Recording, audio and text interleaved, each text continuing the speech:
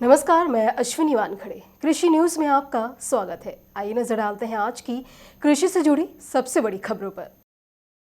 भटिंडा में किसानों ने खेतों में अवशेष न जलाने पर मुआवजा देने में राज्य सरकार की विफलता के खिलाफ जिला मजिस्ट्रेट कार्यालय के सामने एक ट्रैक्टर पराली फेंक कर अपना विरोध जताया। तो वहीं रूपनगर में भी किसानों ने खेतों में पराली नहीं जलाने को लेकर मुआवजे की मांग के लिए प्रशासन को ज्ञापन सौंपा।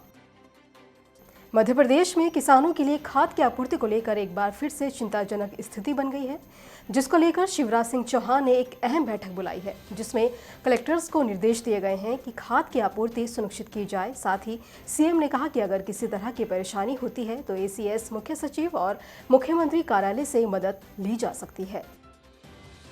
राज्य सरकार ने बाढ़ अथवा अतिवृष्टि से फसलों की हुई क्षति की पूर्ति के लिए इनपुट अनुदान के अंतर्गत 550 करोड़ रुपए की मंजूरी प्रदान की है। तो वहीं राज्य मंत्रिपरिषद की बैठक में 12 प्रस्तावों पर मुहर लगी है। इसी के साथ बैठक में कोरोना से मृत व्यक्तियों के आश्रितों को 50,000 रुपए की दर से अनुग्रह राशि के भुगतान के लिए 50 करोड़ रुपए की मंजूरी दी गई है। हरियाणा के कृषि एवं किसान कल्याण मंत्री जेपी दलाल ने कहा कि सरकार की प्राथमिकता है कि प्रदेश के किसानों को समय पर खाद उपलब्ध हो। उन्होंने दावा किया कि प्रदेश में खाद की पर्याप्त मात्रा है और किसी भी प्रकार की कोई कमी नहीं है। उन्होंने कहा कि प्रदेश के जिलों में कृषि योग्य भूमि के हिसाब से किसानों को आगामी फसलों की बुवाई के लिए खाद वितरित किया जाए, ताकि किसानों को किसी प्रकार की कोई समस्या न आए। हरियाणा सरकार ने बागवानी किसानों को खराब मौसम और प्राकृतिक आपदाओं के कारण बागवानी फसलों को होने वाले नुकसान की भरपाई के लिए मुख्यमंत्री बागवानी बीमा योजना के कार्यान्वयन को स्वीकृति प्रदान की है। इस योजना के तहत कुल 21 सब्जियों, फलों और मसालों फसलों को कवर किया जाएगा। यह योजना प्राकृतिक आपदाओं के जोखिम से किसानों को बचाने का काम करेगी, जिसका उद्देश्य किसानों को ज्यादा जोखिम वाली बागवानी फसलों की खेती के लिए प्रोत्साहित करना है।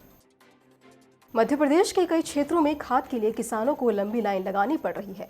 हाल ही में भीड़ जिले में ऐसी कई तस्वीरें सामने आई, लेकिन मध्य प्रदेश के कृषि मंत्री कमल पटेल का अलग ही राग है। पटेल ने कहा कि सरकार को बदनाम करने के लिए खाद का बनावटी संकट बनाया जा रहा है। उन्होंने कहा कि मध्य प्रदेश में खाद वितरण की व्यवस्था का विकेंद्रीकरण किया जा रहा है। इसमें डिफॉल्टर हुई सहकारी संस्थाओं के माध्यम से भी डीएपी, यूरिया खाद का वितरण होगा।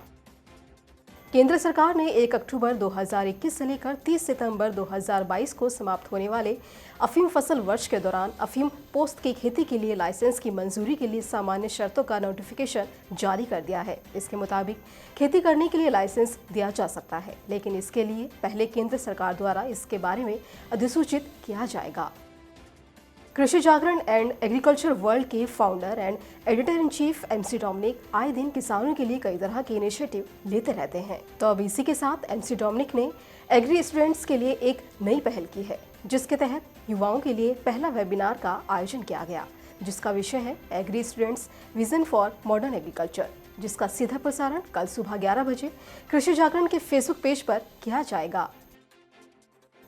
दिल्ली एनसीआर के वायु प्रदूषण में लगातार इजाफा हो रहा है। माना जा रहा है कि पंजाब और हरियाणा में पराली जलाने के कारण दिल्ली एनसीआर का वायु प्रदूषण स्तर लगातार बढ़ेगा। ऐसे में दिवाली के आसपास हालात खराब हो सकते हैं। बताया जा रहा है कि जम्मू कश्मीर यानी हिमालय की पहाड़ियों से आने वाली इस हवा के साथ हरियाणा और पंजाब में जलने वाली पराली का धुआं भी दिल्ली पहुँच रहा है।